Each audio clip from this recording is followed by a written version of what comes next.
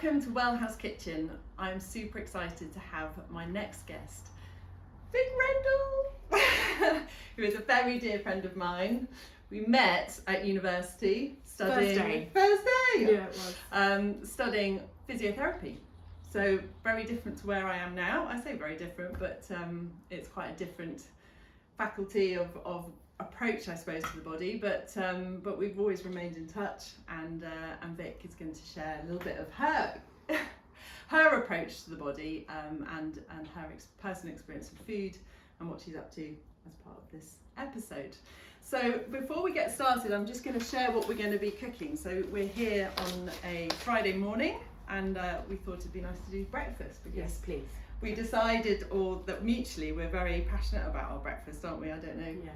Is that something that you agree with? Yes, very much. And certainly I know that if I don't do breakfast right, I might as well go back to bed about 10:30 in the morning. My brain just doesn't function. It's really interesting, isn't it? I think, well, I know I'm the same. So we're going to cook something that is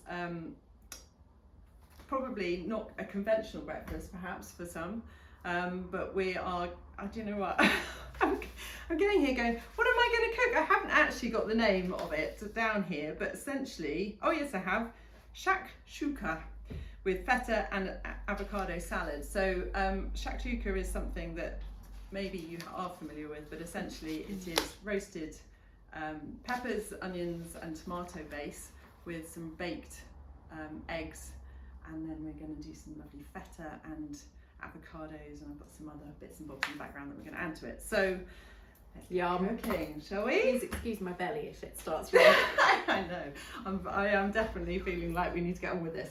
So are you happy to do some cutting? Yeah. So we're going to just create, I think, strips of peppers. Yeah. And I'll get on with the onions. So so as with all the recipes that I use, we tend to have a foundation to guide us, but I'm quite a creative cooker, so I like to go slightly off piste at times depending on what I've got on or in the kitchen, or what I fancy on the day. So hopefully you're aligned with me today. Yeah. Freestyle cooking. Freestyle cooking. So Vic, tell our lovely viewers what your business is now. So I am a physiotherapist. And I run a business in Kingsbridge with a wonderful team, where we're all kind of got very different disciplines. And with regards to our practice, we love to look at the whole person, and instead of just looking at symptoms, we look at the underlying causes of movement, pain problems, and as you can imagine, so many of the things that are going on in people's bodies, as you know about yourself and with myself. Absolutely. There's always many factors involved in what's going on, and so much of what is happening from a pain and movement perspective stems from lifestyle. Yeah. So we're very interested in looking at that, as well as obviously your posture and your strength, your range of movement, all of those sorts of things are super important, but we do love looking at the whole person and their lifestyle too. Amazing. Yeah, and I think this is the thing that often people, in my experience, tend to view their symptoms possibly as an isolated issue that doesn't necessarily, or isn't necessarily a result of a number of factors in their lives. It's convenient, isn't it? A lot of the time it's very convenient, and you know, your beliefs about your body will inform your actions every time.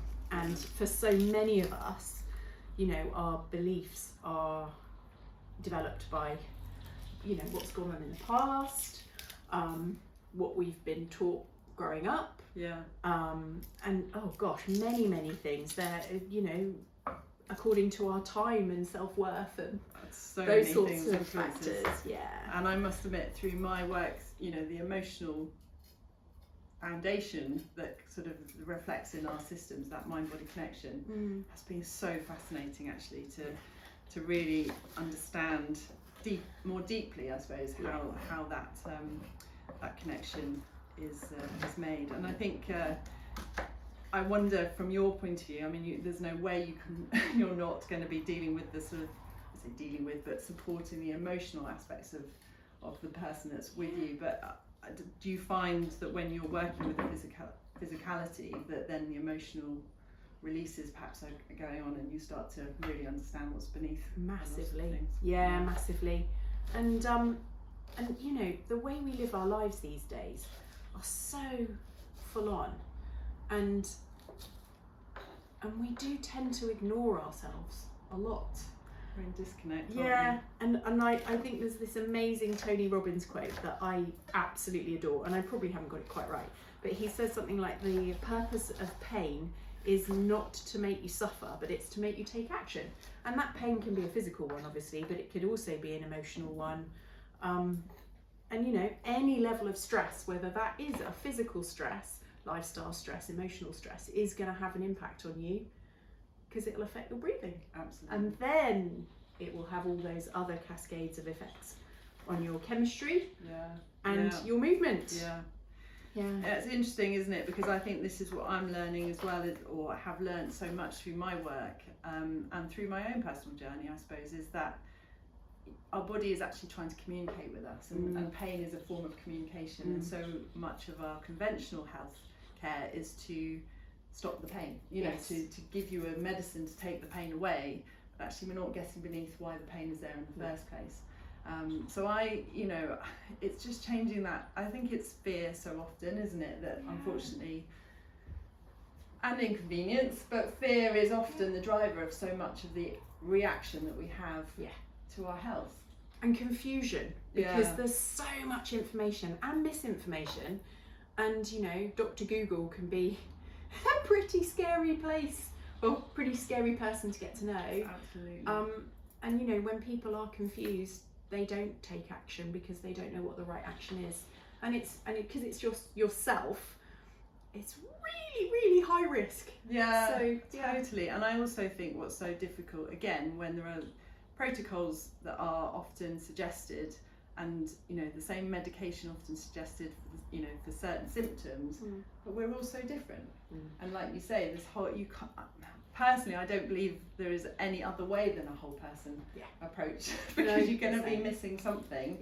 And actually, we want to start bringing people back into connection with themselves, to give them permission to say, actually, that's not going to work for me. That is, rather than being told you are going to do that, and that's what you do when you have that. There's a bit of an art to it, isn't there? Because a prescription is often what is expected, whereas actually it's so much more deeper than that, and there's an art to it, isn't there? Because you need to get to know that person and how they need to receive certain information, which is perhaps not what they're ready to hear, and therefore you can't go there just yet. Absolutely. And I think the other thing that I'm really aware of, and I'm really interested to get your view on this, but I would suggest we tend to be in the victim mindset, don't we? You know, you have a problem, you go to a doctor perhaps, and you want to be fixed, suggesting that there's something, you know, that needs fixing, which you know, there is obviously something going on that's out of balance.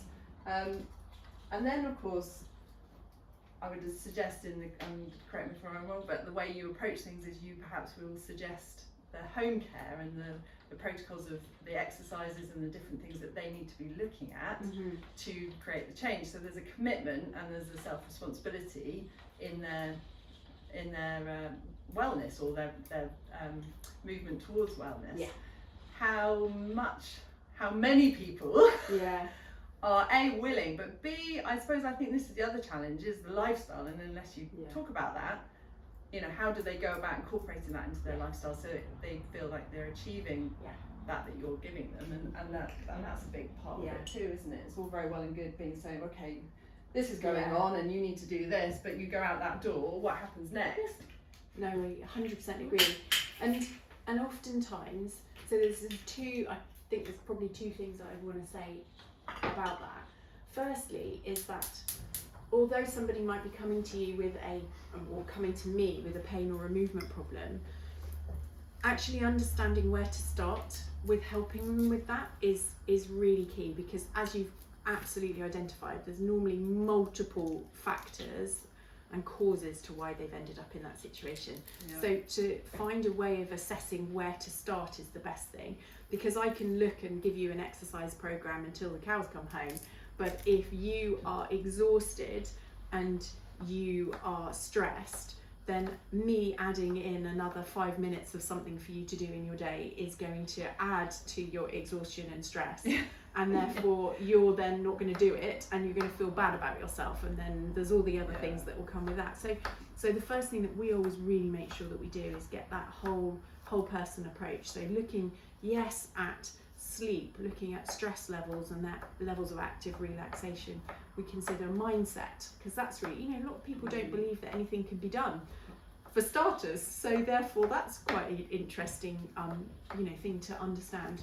Yeah, and I think this, and we were talking about this earlier, about this sort of labelling, and how labelling can be really helpful to one person, but it can get really get you stuck if you're another type of person, or use it as an excuse or whatever. It becomes your identity, doesn't it? That illness or injury or whatever it may be. And one of the questions that I ask in my work is, what are you willing to give up to actually get better? Because sometimes it is by being the victim of your health, then you're going to get a certain type of attention or by people, or you might not have to go to work, or you might, are you willing to actually give that up? So it's really interesting conversation, isn't it, to have with people? It is. And yes, and stress has got we've all got a lot of emotional connections to stress and beliefs about stress and the word. And I remember for years I hate the word, and I felt that it was used a lot unfairly. But actually what it was, and people would say, oh, but you're stressed. And I'm like, no, I'm not stressed, I've just got a lot on. Well, having a lot on and being very busy and not having great prioritisation or time management skills didn't help. No. And that was stress. But this is and I think this is what's really interesting is stress, like you say, will bring up quite a lot of different images for people as to what, when you're stressed, what does that look like? What I've learned actually in my training is actually I've changed that word to stressors, because stressors come in many, many different forms. So it's not just the emotional context, but actually it could be the food you're eating, it could be the the lack of sleep, it could be the lack of exercise, there's so many different factors. So actually suddenly it becomes more accessible in a way, and less of a judgment, maybe. No, agree. And by the way, we've just chopped up the onions, garlic and peppers, and I'm just going to put those into some olive oil, which we are going now. And I've left lots of seeds in there. That's sorry. Don't worry, it will add to the fibre. Exactly. It's fine, brilliant, thank you. So I'm going to just get those cooking over here. But you were talking about some exciting plans that you've got as well, Vic, coming up, haven't you, in relation to this whole lifestyle idea, and you're creating a reset to is it reset to retreat to reset that way round. So tell us a little bit more about the idea of that. Yeah, well, part of it was January for me. I really like thinking of it as an interim month, and I don't know about anybody who tends to want to do much in January, and all these wonderful ideas about, start of January and I'm going to do this and this and this, and I'm going to exercise and I'm going to lose weight and I'm going to, tackle this problem and that problem. You can feel it, can't you? There's a lot of pressure out there at the moment. Well, I kind of just want to do the complete opposite, actually, is to just look after myself and use January as a time to actually stop and pause and just reflect, so that I can recognise where I am and where I've been, and then also where I want to go, and then actually reset that. Amazing. So the whole sort of like the idea about this particular time that we're offering people is that you do come and have that space to do that, but also it's a very structured way to understand exactly what you need and what you're trying to achieve, and a structure of achieving that. So that could be very much from a health perspective, it could be from a movement perspective, it could be from a weight loss perspective, it could be from I've got pains and aches or what have you, but it could also be, do you know what, I want to find myself, I want to get back to doing some hobbies that I love, or I want to achieve this particular challenge goal, walk the coastal path or something like that. And so we've created, based on, and I say we, and this is me and my team, you know, we've got a blueprint, as it were, to actually kind of identify what it is that people want to achieve in their year, make sure that it's not overwhelming and that it is achievable, and then figure out where to start to achieve that, okay? And everyone's so unique. So, and one of our biggest things, so having run sort of components of this previously, what we've really found is that people tend to set dreams for them to achieve. Oh, we're all good at that. But yeah, and so we've all got things, you know, I wanna get fit. Brilliant, great, okay. So that's just a dream because it's not got any structure to it. So figuring out, okay, if that's what your dream is, like, let's get some goals surrounding that. And the goals, as we've talked about, because someone's fitness are going to be affected by diet, sleep, stress, postures, movement, pains, all of these sorts of other things. It's like, where do we start in getting you fit? Because just finding a little generic YouTube video may or may not get you there, in which case, you know. And it may be something that then becomes just a short, you know, something that people do and then it's not achievable. Because they're not enjoying it, not sustaining it, whatever. It suddenly, you know, then we're off that train already, aren't we? And then again, a sense of failure. And it flares up my knee pain, or I get some back pain, and you're telling yourself, oh, I can't squat, I get knee pain. Oh, I can't do that, I can't lift weights because I have back pain. And that you've labelled that.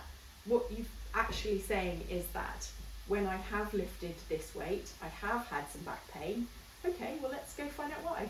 And then address the underlying causes, which you know might be in mechanics, might be in strength imbalances, posture imbalances. You know, there's all multiple things. It's really interesting as well, isn't it? Because actually something that I've become more and more passionate about is the connection to nature and the seasons. And we are in winter at the moment, and I was with a group of kinesiologists on Wednesday, and we were really sort of sharing, what does winter mean for you, or what does the element of water actually mean to you, which is reflected in winter. And it's actually also, in terms of our life span, it tends to be the sort of the end of life, so it's the dying off time before the rebirth in the spring. And it's interesting because it's the colour blue and then spring is the colour green, and I just noticed that we're wearing those things. So again, it's really interesting. I'm part of my passion is actually connecting us back to nature a bit more, but using nature to also inform us and connect us back to ourselves. And I think energetically, which is the kind of a realm that I work in, is understanding, you know, like you say, where are you energetically at this time of year? Because the truth is, if you start running before, when your energy or you're not backed up energetically to do so, then actually all you're going to do is burn yourself out, you know, adrenally and everything else, and become more and more stressed, aren't you? So I think what I feel, and I think what you're saying in what you're proposing as well, is that actually it's January and even into February is a time of real reflection, isn't it? It's a time of understanding what's working for me, what's actually can be, you know, can die away, can be left behind. That's my old self. Because again, I think so many people forget that they're moving. They're moving through time. Their bodies are changing all the time, and what worked one time actually doesn't work now. And so when you have that a bit of quiet, you know, when the noise of the world is removed and you step away and actually have time to reflect, all the answers are within, really, aren't they? But sometimes you just need a bit of guidance to connect with those things. And then, like you say, to have a holding space, a kind of a structure, I call it scaffolding in my world, you know, then you've got something that, you know, keeps you coming back to keep checking in. And I don't know about you, but probably through that process, even if they don't necessarily stick to every detail of that they've proposed, they'll be more inclined to check and go, this isn't, oh, I thought this would work, but maybe that needs to tweak again as I go into a different season, as my body's feeling different, you know, and so on and so forth, and we learn different aspects of ourselves. Well, yeah, because as you go along that journey, different things will come up, or some other impact in life changes, like well, that's right. The variables someone of in your life. family gets poorly and you can't do what you planned because the variables change. And you know, when we start looking at this reset, the first place that we start is, what don't I want? Because we're all pretty clear about that. Yes, yes, absolutely. Just so you know, I'm putting some ground, a quarter of a teaspoon of ground cumin in there. I'm just going to put the spices in. We've got a whole teaspoon of paprika, smoked paprika ideally. I haven't actually got the smoked version here, but I'm going to just pop that in. And then we've got some coriander, ground coriander, again, quarter of a teaspoon. And you're meant to, I believe, have some harissa powder. Who knew that was even a thing? I thought it came in a paste. I thought it anyway, came in a paste. Haven't got any of that, so I'm going to use a bit of Chinese spice. Oh, nice. Don't know what about you, but I thought I'd throw that in. Give it in for a penny, in for a pound. Let's just get these. Oh, nice. So we just stir? Yeah, give it a stir. So we're going to just get those. Very soon, might turn it down a little bit. Really infuse the flavour, because the thing with spices that they do need to, once the heat hits them, that's when the magic happens. Really. I'm just going to put sure that paprika goes in, because that is too delicious to waste, isn't it? Fantastic. Ooh, there you go. Smells good, doesn't it? Lovely. Yeah. Right, so we'll just let that on a low heat. That's just going to do its thing for a couple of minutes. Fantastic. But yeah, so I wondered, following, so the retreat to reset is a week, is it? No, we're doing it over 3 days. Oh, okay. Initially, but the point is that it actually starts before you arrive.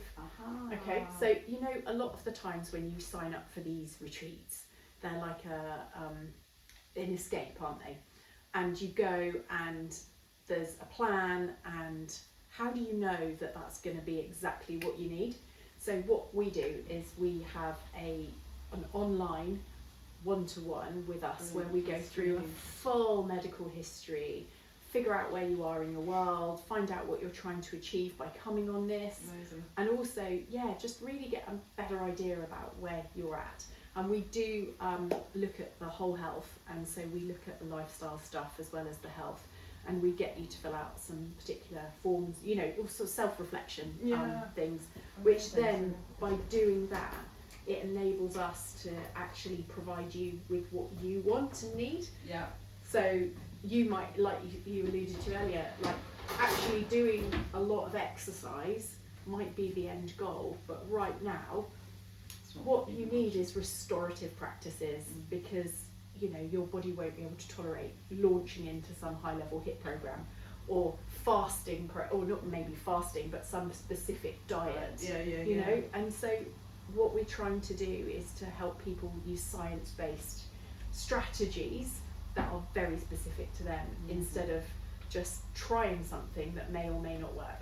So, amazing. And it's a bit more directed, a bit more personalised. And then and then following that, how does it? What do they go home with? I suppose. Yeah. So actually, it's just the start. So you work during the long weekend. We have some structured workshops, and actually we have some practical sessions. So people get to do trials of what's going to, and figure out actually what will work. Okay, so for instance, you know, restorative practices that we might talk about for stress management, for instance, we've talked a lot about that. One of them might be utilising breathing exercises, whereas another one might be using meditation.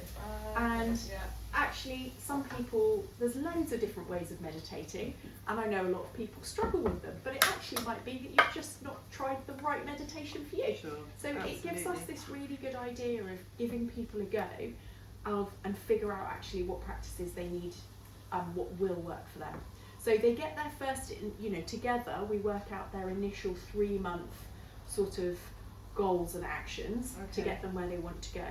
And then you get to choose what you want. So we do a 6-month follow-up. You might, and then move to the next. So there's additional practices that they can then latch on to. Or it may be that we do every quarter. So we might then catch up at 3 months, 6 months, and 9 months. Amazing. Or some people might want something a bit more specific and a bit more bespoke.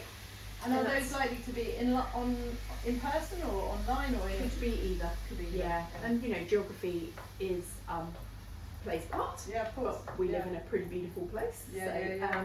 But equally, there's so much of what we offer that can be done online, and we can then link into people's local practitioners as needed. So there's a lot, but it's almost like having the hub, like the health hub, but having this hub of where you start and then go off and work on the things that you need to, but you're always coming back to one central point of somebody helping you with.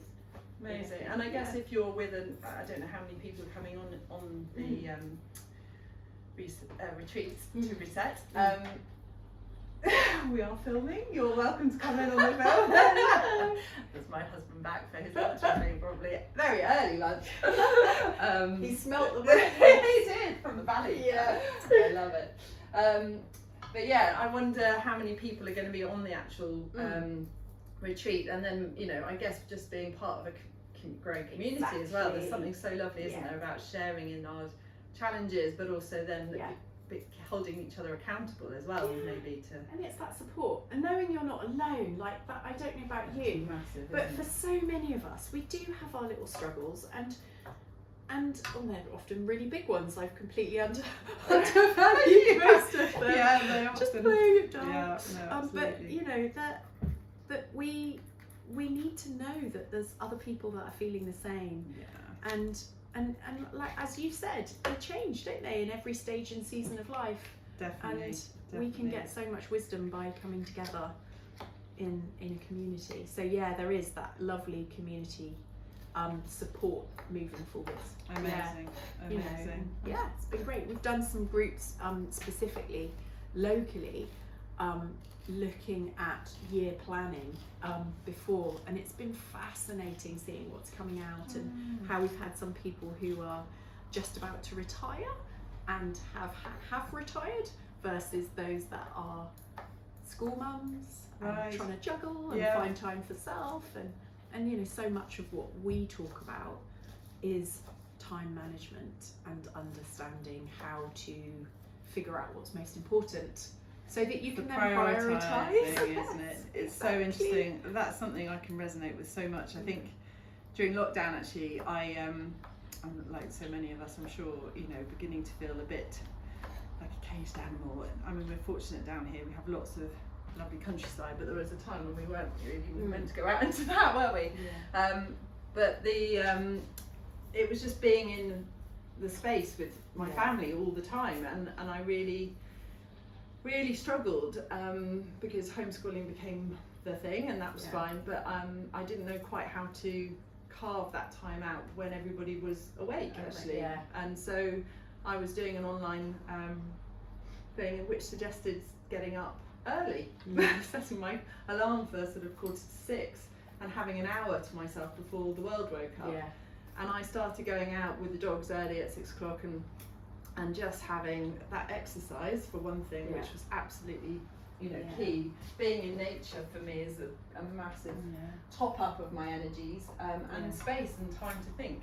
And I did a bit of journaling and bits and bobs, and that's something actually I've continued to do throughout my life, and I do some sea swimming and things like that as well. But I think just by doing it at that time of day, nothing ever can compromise it. No, because no one else gets in the way. But if I waited until my family woke up, then naturally I'm a mum, I want to look after everyone, and their needs become, it seems, greater than mine at that time. So before you know it, you got to the end of the day and you've still done nothing. It's so much of it is self-discipline, and when we're exhausted and and it's cold outside, overwhelmed and all of these other things, finding that discipline's hard. So having guidance is so important for that, isn't it? And that accountability and support. But for me, getting myself in the right headspace and the mindset as early in the morning as possible, so that's first thing. If I do that, my day is a completely different day to if I just get up when the family do. And so I do exactly what you do. It's sacred time, like my morning routine which has taken me time to refine. I don't know about you. Well, it changes a little bit. Definitely, and it will do naturally. And of course, any kind of rules you create for yourself are there to be broken as well, aren't they? They can have to be flexible. And I was just going to say, touch on something that we were talking about earlier about this sort of, for us both, actually, this sort of self-worth challenge that kind of underlies so much of our work and our daily sort of experience, and something that has been shifted for me recently is this idea of we're not striving for perfection anymore. It's about optimization, and for me that feels so much more kind and accessible, because it's suddenly a process. It's about, like you say, you're refining, aren't you, all the time. Actually, I'm thinking, actually today what I thought I was going to be doing doesn't feel right anymore, and giving yourself permission to adjust that and change that and so on. And I think that if we can all talk more about that sort of, we can have set intentions and try it out. I know I came out of Christmas having eaten a lot of the things I'm not normally eating and drinking, and then actually just took me at least 10 days to get back into the flow of what I was used to and knew actually worked for me. But I was quite hard on myself initially, going, come on Liz, you can get, you know what you have to do.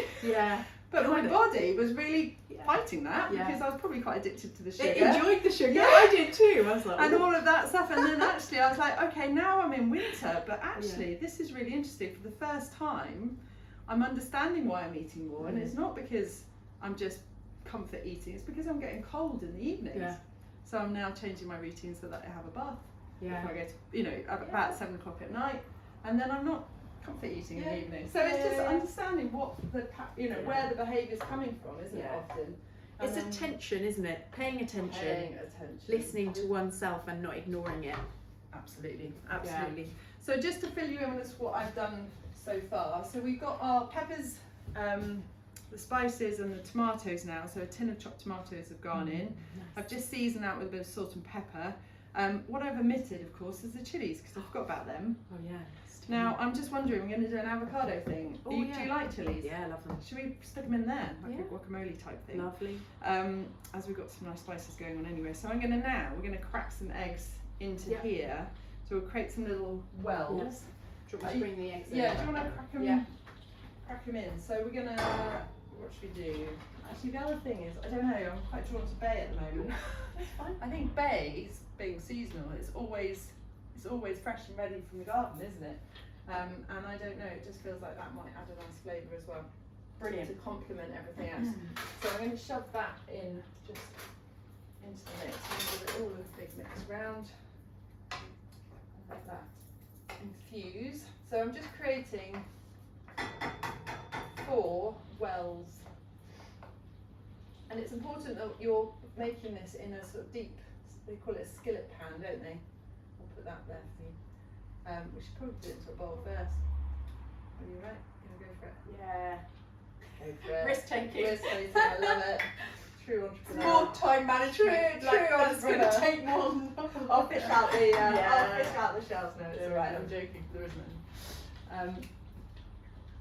Well done. So this, so the idea is you have a deep, fairly heavy bottomed pan or saucepan, and then you need something that's got a lid as well. So we've got the lid going on in a second, and we will cover that, which will then enable the eggs to bake. Done. Amazing. So we'll have that on a nice low heat with the lid on. So meanwhile, we're going to, Come closer. Meanwhile, we're going to get rid of the debris here into the bin. That one's great, you'll get it in. And then we're going to get our, it's a version of a guacamole really. What can I chop? Oh, that's alright. Get rid of those as well. So, one more lot. So if you would like to, we're going to basically get this, what do you call it, the flesh, that's the word I'm looking for, flesh of the avocado into those bowls. And then I'm going to just add this chopped chilli into there as well. Mix it all together. So we've got some chilli going in, we've got some, they call them scallions. Do you know scallions? Is that an American word? It must be. Anyway, so that's spring onions, 2 very small spring onions chopped up into small bits. That's going in there. And then they've suggested that we put some rind and juice of a lemon. So, so yeah, whenever I'm making guacamole, I always use lime. But Oh yeah. let's try it with a bit of lemon, eh? Oh, different. So in the oven, but just because I always seem to need more food than most people, I've got some sweet potato, some chickpeas that I've soaked overnight but not cooked. They're in there mixed with some olive oil, salt and pepper, garlic granules, paprika. What else have I put in there? A bit of Chinese 5-spice and some turmeric actually. I've put that all in. So I've mixed that all up together and just roasted that. And then I've added some kale, which I'm also roasting in there with a similar marinade. So we just thought that could be quite nice on the side. So we can have More the better in my book for breakfast. We're ready for breakfast, aren't we? So tell me a little bit about your experience, Vic, of food, because I know you've been on a real journey, haven't you? Yeah. With that, and I'd love to hear a bit more.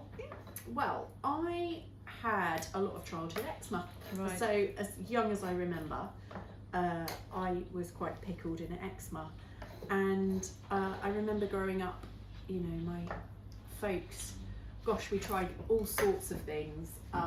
I still have a massive aversion to goat. Oh my god. As a result of the goat's milk custard that my darling mum, you know, it was amazing. They did so much, tried so much. But yeah, I can't, my brother and I are the same. We can't even smell it. And if there's just a tiny bit of goat in anything, we can sniff it out and taste it. Oh my gosh, we got Feta here. I'm We're going to go out. Okay, find got some Feta. sheep in there. I've trained myself with sheep. Yeah, but so ever since then I kind of like knew and found out during this journey that sugar for me was always a massive trigger for my eczema, which is obviously very common, I know, for many people. And the older I got, I kind of realised the emotional links with my eczema too, and being able to express opinions and feelings and that side of things.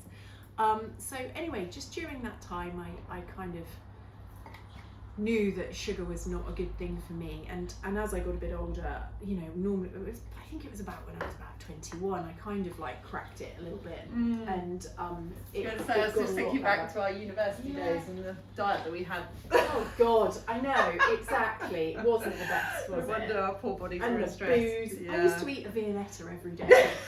I do remember you having a particularly sweet tooth, actually, funny enough. Yeah. So during that time, you know, had that journey, just got back to eating whatever I wanted to. And then the older I got, I did have a few things that went on with my body. And actually, now I've traced it all back. And I did a lot of work with a functional medicine practitioner, as I've mentioned. Hopefully get on this channel, actually. And we figured it all back to the fact that I went travelling and I got some food poisoning in Africa, and I've never been the same since. No. And then after that I had to have a lot of antibiotics, I had various different infections, and I continually got ill. And then the older and older I got, you know, I then had my daughter, and there was lots of stress involved with my work and poor self-care. Lots of demands on my time, you know, and everything basically imploded, and I ended up getting really poorly out, viral illnesses, had viral meningitis at one point, and shingles and and then COVID, immune system immune shot, absolutely shot, and my whole system, you know, I tried everything, you know, I was really proactive in thinking about my journey with the body in my profession, so looking at the whole person. So I've always done that, and really, you know, we did a lot of work to build myself back up, but so much of for me was getting the right energy sources. and looking at things that were inflaming my system. So although I might not have allergies to things, right now they're not helping my system settle back down and heal and recover. So for me, you know, working with Kate Garden up in Bath, we I cut out sugars, obviously, and I cut out gluten, and I cut out dairy, and I did find that I could tolerate sheep's cheese. Yeah, so often. And that was great. Yeah. And so, you know, we looked loads about my eating, and breakfast for me was absolutely key. And I do have bacon and sausage and all those things that I know a lot of people tend to say you shouldn't have, but for me, and I know my body, if I don't eat meat, I feel terrible. So this is a really interesting conversation that I am fascinated by, because like you, I realise that a big stressor in my system, or the thing that I struggle to regulate, is my blood sugars.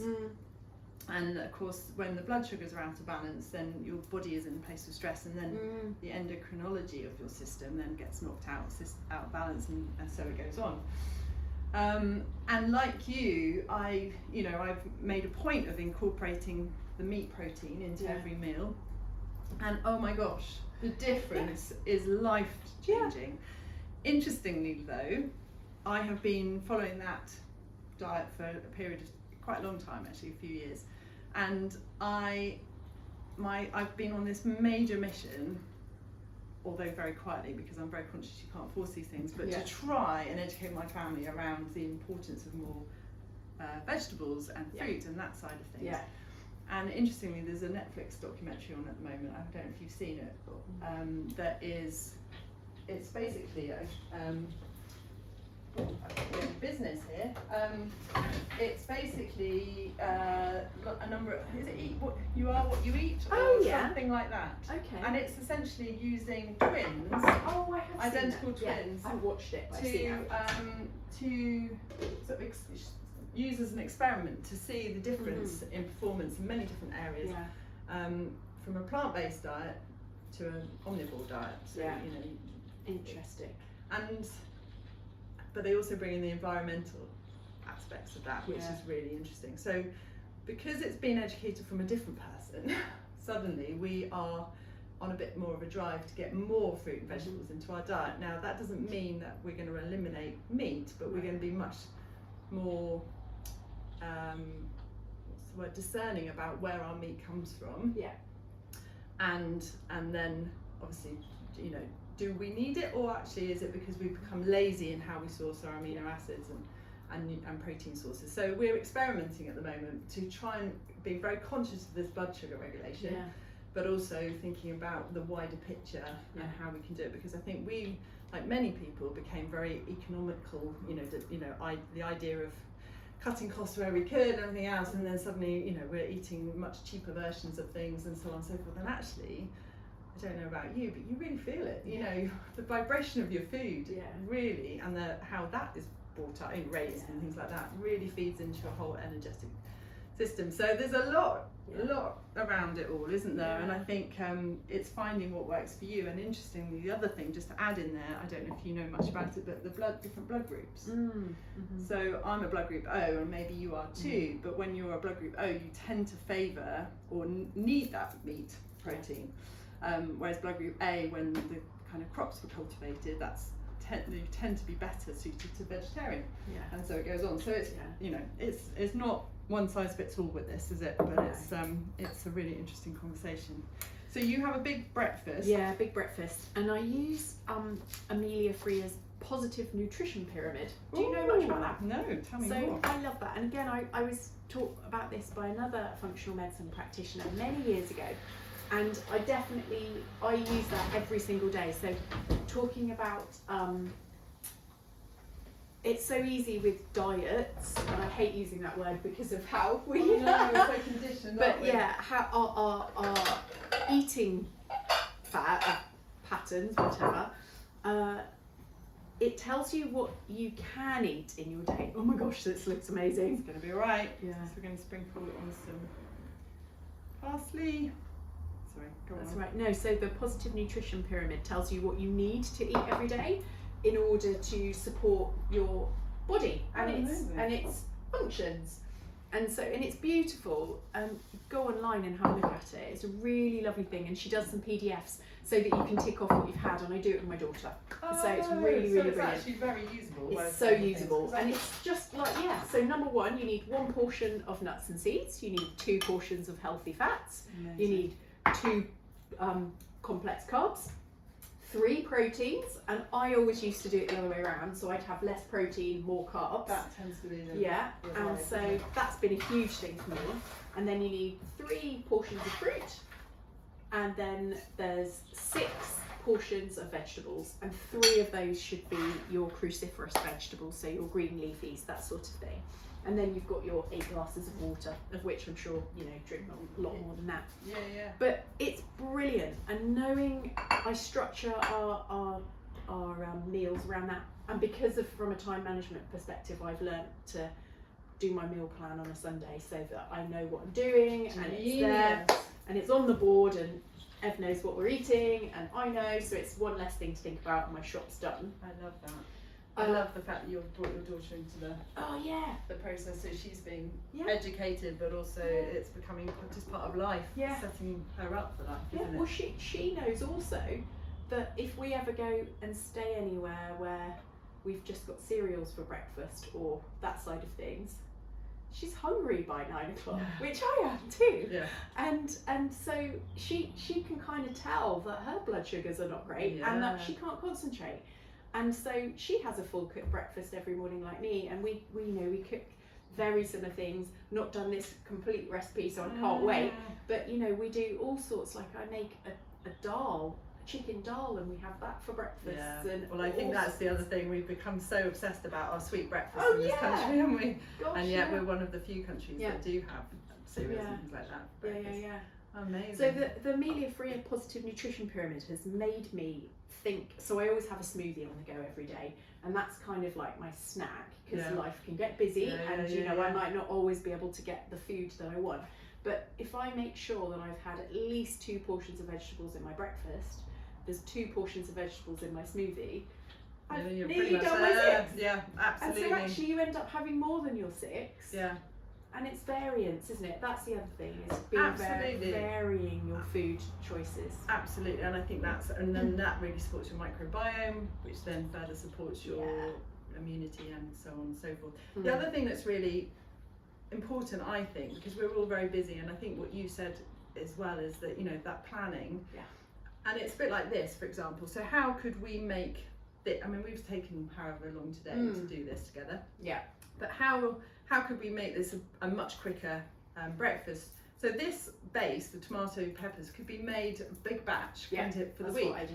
So you get it in, and then all that needs to be done is heated up, and then an egg popped in, and it's there. Done. There's your protein, there's your whatever. Exactly. And then equally, you could add some beans, pulses, whatever to that as well, and you've got some... Change it up. Exactly. So, the beauty of eggs is it is a whole protein, isn't it? In the sense that it's got all the essential amino acids in it. So there's a fix. Your avocado comes in as your fats, and then we've got some extra carbs. Oh my gosh. So this is like we're going to get stuck in a minute. So just so you can see, this looks a bit like it's slightly overdone, but I don't know if you've ever roasted kale. It actually gives a real different texture and flavour, so that's really nice. So we'll add that in, and then obviously our avocado. So we're going to sign off now, Vic, because we're going to sit down and enjoy breakfast. It smells me. So thank you so much for watching. I hope you benefited in the way that I always do from having these wonderful conversations, and we look forward to seeing you in the next episode. Thank you for having me. No, it's been a pleasure. Gosh, we need to book this in more often. We don't need to film No, this. Just eat breakfast. Thank you.